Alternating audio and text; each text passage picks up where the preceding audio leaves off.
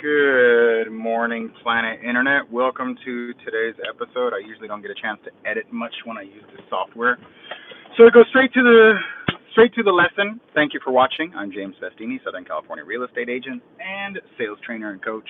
Since 1993, I've sold over 1,000 transactions as a single agent. Fine, my wife works with me too. So I have a TC, a very good TC. Anyhow, the topic for the day. Should you guys want to learn how to sell more real estate, I would hate how like this is. Should you guys be interested in learning how to sell residential real estate with guaranteed results, find me. I'm pretty much the only coach who can guarantee results because there's no denying that prospecting works, and that's pretty much what I do.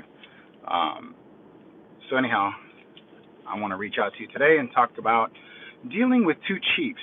I was going to put this topic something along the lines of dealing with Indians, but then people are like, "Oh my God!" It's like, no, not that Indian. You ever heard that phrase that goes, "Too many chiefs, not enough Indians," meaning Native American? What it is it's referring to dealing with decision makers and having more than one decision maker. So when you see too many chefs, for example, too many chefs in the kitchen, that means that you're dealing with individuals who are the decision maker, but there's more than one, and so now you're dealing with multiple people. What happens when, let's say, husband and wife, husband turns around and says, you know what, I'm just going to have my wife look at the houses, and when she likes something, we'll buy it. I don't have time to look. So now you're going out showing properties to the wife, which is totally fine. But then when it comes time to writing an offer, the husband says, my wife's the decision maker, she's going to look, but then you write an offer, and it's clearly the husband who's buying the house, or maybe it's both on title or both on the loan, but you know one of the decision makers hasn't seen the house yet. And now, are they going to write an offer or are they not? Are they going to turn around and say, let's go out and see this house before we write an offer? Are you going to have a situation where the individual that you're showing the house to, or the individual that you're working with in the listing situation, is only half the decision, even though the other half of the decision has said that that person is the primary decision? There's just no way. It's so super rare that you're going to have that combination where it's the significant other has complete authority and autonomy to run the show themselves, and that the person is just going to walk in, sign the contract, and walk out. But I have had one, and they were very wealthy. The wealthy people do this. If they truly have like a very busy business and they have a lot of money, it is highly possible that they will have a representative and they trust their significant other completely and they know their style, happy wife, happy life kind of thing. They'll find the house, whatever. It's just whatever. I don't have an opinion, right? And to be quite honest, it's possible that if my wife bought a house without me seeing it, that I would really have an opinion, right? I have an opinion about music, right? I have an opinion about the kind of car I want to drive, but the house, that's something that's possible. I could have let her do it, and I'll show up and be like, this is nice. I'm not going to say, oh, I hate the floor, but I don't know. I trust her, so I get it. So here's what we're getting at is, what happens when you go out and you show the property to the wife, or in this case, you show the property to the wife, show her 4 or 5 houses, she likes one of them, I love it, great, let's write an offer. Well, now my husband has to see it before we write an offer. Sometimes when you have decision makers like this, and it's not, this topic is twofold, not that, this applies when you have one decision maker say yes and the other one has to wait. And by the time that decision is made, the house sells.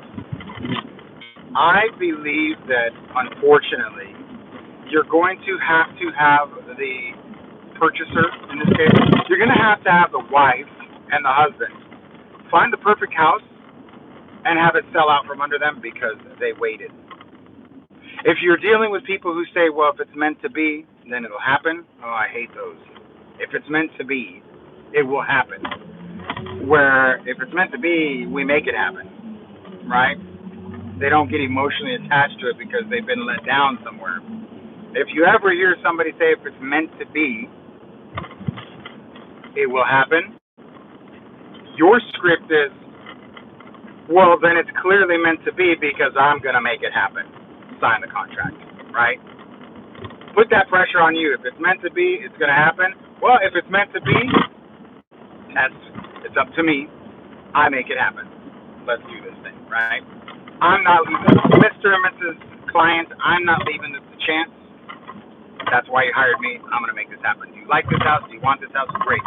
Let's get emotionally involved in this thing. Let's have it be something you want. If it's meant to be, do you guys believe in the law of attraction? Yeah. Well, then let's manifest this sale. Let's believe there, right? If it's meant to be, hey, clearly you have a belief and a faith that things are meant to be. Well, then let's be optimistic on this, that it is meant to be. Not if it's meant to be, but it is meant to be. Sign the contract. You use those things, play and twist the rules against them or with them, for them, to acknowledge that it's not just by chance, but that you're hiring me to do it. That's why you're hiring me. We're not here to just try. I've been hired to do this thing. I'm not going to try it, guys. You want this house? Yeah. Great. Let me help. So you have the wife says, well, my husband needs to see it before we write an offer. Okay, no problem. Right? You never want to divulge that you're like, you, right? You want to, like, are you serious? Never. Always is turn the other cheek. Yes, may I have another at your service? Please allow me. Let's set a time. Can you get him on the phone? Right. You need to take action immediately. So my husband has to see it. Great. You mind if I call him right now? Oh, he's at work. It doesn't matter. We can't miss it. Can I call him? Can I call him? When he's at work, does he answer his phone at work? Yeah. Let's call him. We need to talk to him. I need to schedule this. Like, we need to know, does he have a lunch break? Like, do you like this house? You always got to say that. Do you like this house? Yes. Let's call him. If he's busy, he won't answer. If he's not busy, if he's busy, you call him. If he's not busy, I'll call him. Just say, hey, it's James. We found a house. When can you be here? What's the soonest you could be here? What's the soonest you could be here? If that is an objection, you got to understand, I've spoken about this before. There's a difference between a condition and an objection. You can overcome an objection. You cannot overcome a condition unless the condition is an objection. For example, I'm not qualified to buy this house. That's a condition you can't overcome. Condition is my husband has to see the house. Has to see the house. Yeah, you can overcome it. Get him into the house. Condition solved, right? Well, what's your commission? We're only going to pay X percent. That's an objection. But the objection is a condition that you are in charge of. You have control over that, right? You have control over an objection. You don't have control over a condition. It involves somebody else has to have this checkbox, and you don't hold that pen, and you can't check that box. It is somebody else's a condition, some other outstanding entity. Well, we need to pay off our car loan before we can purchase this house. My daughter needs to graduate high school before I can sell the house. That is somebody else outside makes it a condition that you're not in charge of, you're not in control of. An objection, on the other hand, is, I need to talk to my lender. That's a condition. Somebody else. I always think that a condition involves somebody else. Somebody else. Now, a condition could be, I need you to find out the taxes on this thing. Okay, great. You're in charge of that. That is not an objection that they're saying, well, no, but it's part of the maintenance and the service and the customer service of the whole situation where it should have already been handled. Does this make sense? So I would love to have you guys in the comments below put in there and say an objection or condition. And I will address these in the comments, please. Please start putting your questions and your topics in the comments below and say, James, what about this? Or if you have an example where you're like, what about a for sale by owner, right?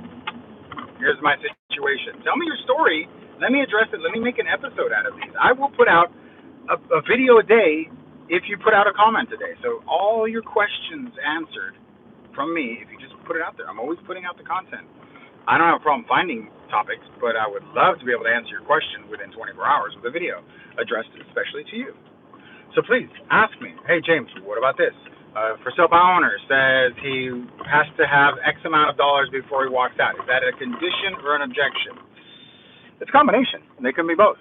A condition is he wants to get $100,000 after the sale. Okay, is it possible? Is it possible? Can you stack your commission on top? Then it's an objection, and you can overcome it. Boom, problem solved. It was an objection. I overcame it. Bam. Is he completely insane and the house is worth $95,000 and he wants $100,000 without commissions? That's a condition, a mental condition. No, seriously. That is something that you cannot control. It is up to them to say, okay, reality check, not going to happen. Let's reassess, where we're at on this thing and revisit the numbers. A condition based on something that they have to overcome, not you. A condition is an outside force, right?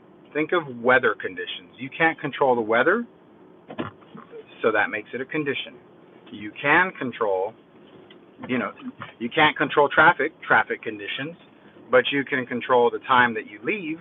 That is an objection. I have to leave earlier in the day. Problem solved. It is in my power to leave earlier to avoid the traffic. I can overcome the condition of traffic because I leave earlier.